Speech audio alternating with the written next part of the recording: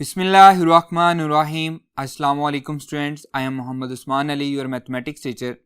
Student, जैसा कि previous lecture से हम लोग इंटीग्रेशन को पढ़ते हुए आ रहे हैं। इंटीग्रेशन में हमने सबसे पहले इनडेफिनेट इंटीग्रल्स को डिस्कस किया और उसके बाद हमने डेफिनेट इंटीग्रल को डिस्कस किया। आज के लेक्चर में हम पढ़ेंगे कि इंटीग्रेशन की एप्लीकेशन क्या है, जो कि एक्चुअली हमारी बुक के according area under the curve है। तो आइए उसको डिस्कस करते हैं।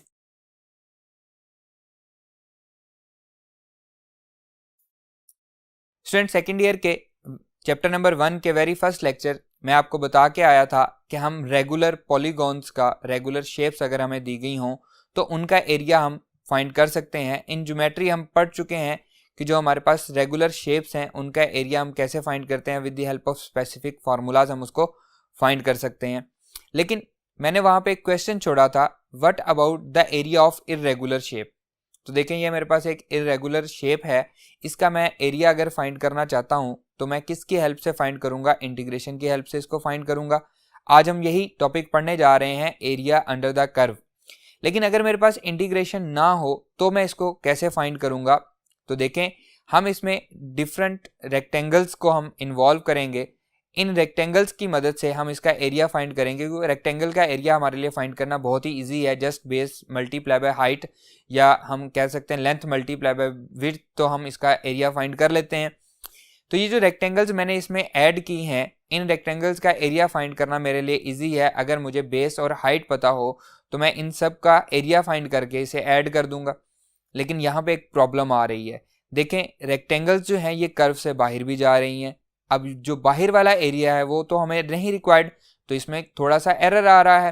मैं अपनी रेक्टेंगल्स को बढ़ा देता हूँ।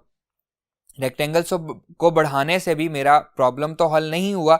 अभी भी रेक्टेंगल्स जो हैं ये कर्व से बाहर हैं, तो अभी भी थोड़ा बहुत एरर है। हमें एग्जैक्ट एरिया तो फाइंड नहीं कर सकते हम इसकी मदद से। तो यहाँ पे हम कह सकते हैं कि अगर हमारे पास अप्रोचिंग जीरो विड्थ की रेक्टेंगल्स हों और उन रेक्टेंगल्स को हम इनफाइनाइट रेक्टेंगल्स को अगर हम ऐड कर दें तो हम एरिया फाइंड कर सकते हैं। ऐसा ही है। अब यहाँ पे ये बात बहुत इंपॉर्टेंट है, मैंने जो बात कही है, अगर हमारे पास अप्रोचिंग जीरो विड्थ की इनफाइनाइट नंबर ऑफ रेक्टेंगल्स हों तो उन रेक्टेंगल्स को ऐड करने से हमारा जो रिक्वायर्ड एरिया है वो आ जाएगा और उसमें एरर भी नहीं आएगा। इस बात को मैं एक एग्जाम्पल से आपको समझाता हूं। देखें, y is equals to x square, ये हमारे पास एक पैराबोला है। हम 0 to 1 ये वाला एरिया हम फाइंड करना चाहते हैं। मैं इसको 4 इक्वल पार्ट्स में, इक्वल रेक्टेंगल्स में डिवाइड कर लेता हूँ। 1/2, 1/4, 1/2, 3/4 और 1। अब हम इसको फार्मूले में पुट करते हैं। y is equals to x square, x की वैल्यू जब मैं 1/4 पुट करता हूँ तो हाइट हमारे पास आती है 1/16। जब मैं 1/2 पुट करता हूँ तो हाइट हमारे पास आती है 1/4, एंड जब मैं इसको 3/4 पुट करता हूँ तो हाइट मेरे पास आती है 9/16 और 1 पे 1 आ रही है। तो ये मेरे पास अब बेस भी आ रही है। बेस इसमें क्या है, 4 इक्वल हैं, तो 1/4, 1/4, 1/4 सारों के क्या है, ये 4 इक्वल पार्ट्स में मैंने इसको डिवाइड किया हुआ है। तो बेस हमारे पास 1/4 है, हाइट उसके रिस्पेक्टिवली मैंने फाइंड कर ली है। तो अब हम क्या करेंगे, इनको हम एरिया फाइंड करके बेस मल्टीप्लाई बाय हाइट, तो हम इनको ऐड कर देंगे और ऐड करने के बाद हमारा आंसर जो आ रहा है वो आ रहा है 0.48। ऐसा ही है। नेक्स्ट देखें, अगर मैं रेक्टेंगल्स को बढ़ा देता हूँ, अब मैंने इसमें 10 रेक्टेंगल्स ले ली, हर एक की जो बेस है वो 0.1 है, तो 10 नंबर ऑफ रेक्टेंगल्स हैं, उनके रिस्पेक्टिव हमने उनकी हाइट फाइंड कर ली। इनको हम बेस को हाइट से मल्टीप्लाई करके जब हम ऐड करते हैं तो हमारे पास जो एरिया आता है वो आता है 0.385। मजीद एक्यूरेसी की तरफ हम मूव कर रहे हैं, लेकिन एग्जैक्ट तो नहीं आ रहा। जैसे जैसे हम नंबर ऑफ रेक्टेंगल्स बढ़ाते जाएंगे, 10 से 100 पे जाएंगे, 100 से हम 1000 पे जाएंगे, तो हम अप्रोच कर रहे होंगे 1/3 को। हमारा एरिया जो है वो 1/3 को अप्रोच कर रहा होगा। क्लियर है? तो हम मजीद एक्यूरेसी की तरफ मूव करना शुरू कर देंगे। लेकिन अगर हमें इन तमाम रेक्टेंगल्स को इनका एरिया फाइंड करके ऐड करना है तो क्या करेंगे, हम इनको बनाते जाएंगे और हम ऐड करते जाएंगे। ऐसा नहीं करेंगे, हम कोई ना कोई फार्मूला ड्राइव करते हैं। देखें, ये हमारे पास एक फार्मूला है, समेशन को हम पढ़ के आए हैं प्रीवियस क्लासेस में।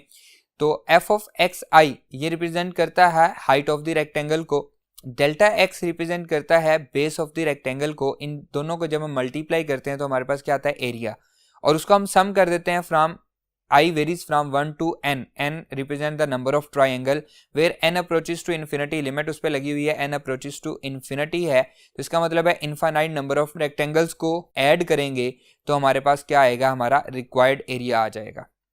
क्लियर है? थोड़ा सा मुश्किल लग रहा है तो इससे भी ज़्यादा आसान हम क्या करते हैं, हम उसको इंटीग्रेशन में कन्वर्ट कर लेते हैं। तो हमारे पास एरिया इज इक्वल टू आएगा इंटीग्रेशन का साइन, ये जो हमारे पास साइन है ये s से हमने इसको बड़ा किया हुआ है, s को एक्चुअली ये हमारा सम को रिप्रेजेंट करता है। From a to b f of x delta x, f of x मैं आपको बता चुका हूं कि हाइट ऑफ द रेक्टेंगल है, delta x is the base of the rectangle, multiply करके उस पर सम अप्लाई करते हैं from a to b in some interval जो भी हमें दिया गया होता है, तो हमारे पास एरिया आ जाता है। अभी जो क्वेश्चन मैंने आपके सामने लिखा था y equals to x square, तो यहाँ पे मैं f ऑफ x की जगह पे एक्स स्क्वायर पुट करता हूँ। इंटीग्रेशन को सॉल्व करना हम पढ़ चुके हैं, लिमिट मैंने उसकी ली थी 0 to 1, तो देखें ये हमारे पास required area is equals to 0 to 1 x square dx आ रहा है। इस पे इंटीग्रेशन जब हम इसकी लेंगे तो ये बनेगा एक्स क्यूब डिवाइडेड बाई 3 और साथ हम लगा देंगे इसकी limit from 0 to 1 with the help of fundamental principle of calculus. पहले अपर लिमिट पुट होगी फिर लोअर लिमिट पुट होगी, तो यहाँ से देखें जो हमारा आंसर आ रहा है वो क्या आ रहा है, 1/3 1/3 हमारा आंसर आ रहा है, जो कि हम प्रीवियस जब हम रेक्टेंगल्स बना के इसको पुट कर रहे थे तो तब भी हमारा आंसर जो है वो 1/3 को ही अप्रोच कर रहा था। और अब यहाँ पे एग्जैक्टली हमने 1/3 आंसर हासिल कर लिया और साथ हम लिखेंगे स्क्वायर यूनिट्स क्योंकि ये क्या है, एरिया है। क्लियर है? तो स्टूडेंट्स उम्मीद करता हूँ कि आपको ये लेक्चर समझ आया होगा, आपको ये समझ आया होगा कि हम अगर हमें कोई भी कर्व दी गई हो तो उसके अंडर हम एरिया कैसे फाइंड कर सकते हैं। हमारे जो नेक्स्ट लेक्चर हैं एक्सरसाइज 3.7 के, उसमें हम यही प्रैक्टिस बार बार करेंगे, वो सारे के सारे यही क्वेश्चंस हैं। इंशाल्लाह नेक्स्ट लेक्चर में आपसे मुलाकात होगी। अल्लाह हाफिज़।